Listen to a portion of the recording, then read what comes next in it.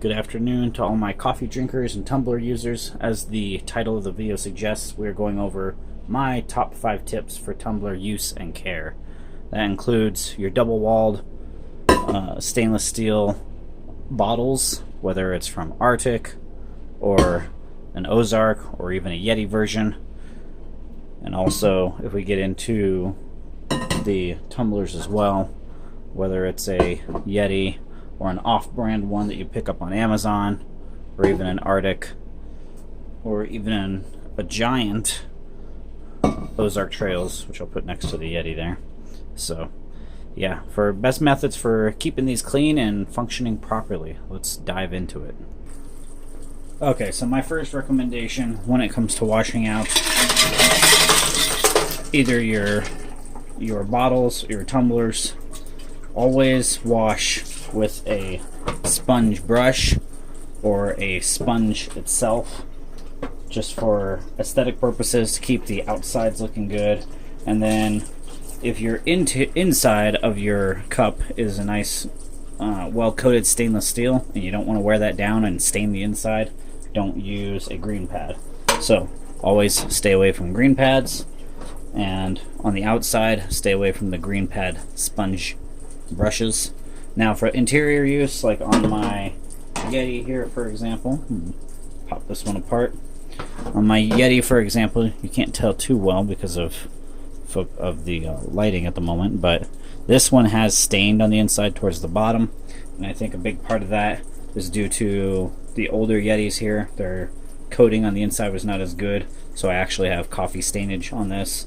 So I don't mind using a sponge brush or a green pad sponge brush on the inside, no problem with this one. But with most of my other cups, yeah, I don't even bother to go about doing so. So always hand wash, whether you want to hand wash with cold or hot water, and then place on your drying rack or even a towel upside down to let them dry out completely. A lot of these newer bottles, and possibly even the tumblers, are saying they are dishwasher safe on the top rack. Don't do it. If you want to keep your tumbler from the seal inside and stuff getting through past these seals, I wouldn't recommend doing it. I prefer just hand washing. Sure, it takes a little more time, but it'll preserve the longevity and the life of your tumbler, whether you spend $8 or whether you spend $30 or almost $40. If you want it to last forever, take good care of it. Do things the right way the first time.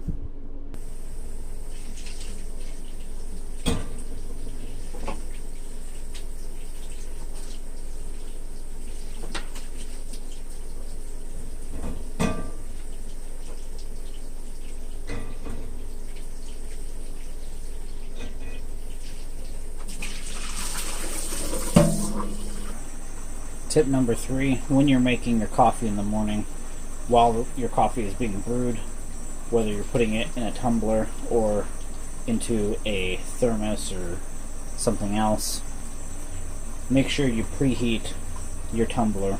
I've found that it actually does work. A lot of people have recommended, if you're using a thermos, to pre-warm it up, not putting it in the microwave, but actually putting in hot tap water just to let that soak through and start to heat the internals of your tumbler or thermos.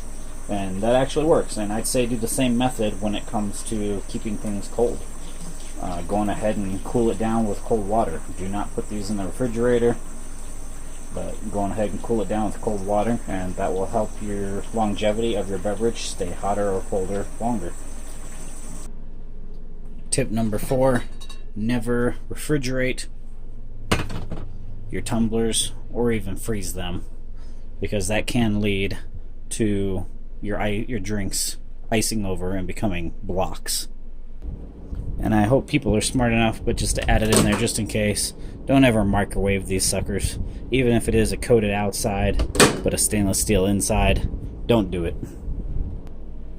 And my final tip for your tumblers is find yourself good handles to carry these on with, making it easier for you to hold these when your hands are full. Or also find yourself a good sliding lid, or a lid that goes up and over. As you can see, both these are my sliders. I do have my full seal lid that flips over and locks down in place, but my wife took that one on her cup today. so I can't show that off. But having a lid that can help you keep from splashing, either it's splash proof or splash resistant or even the spill proof, such as the locking one that I've showed in previous videos, that can help greatly from keeping you from having a mess in your car or at your desk. So that's the end of this video. Hopefully that helps for people that are getting into these, that might just think you can do what you would with a regular cup. If you guys have any comments or questions, please leave them in the comment section down below.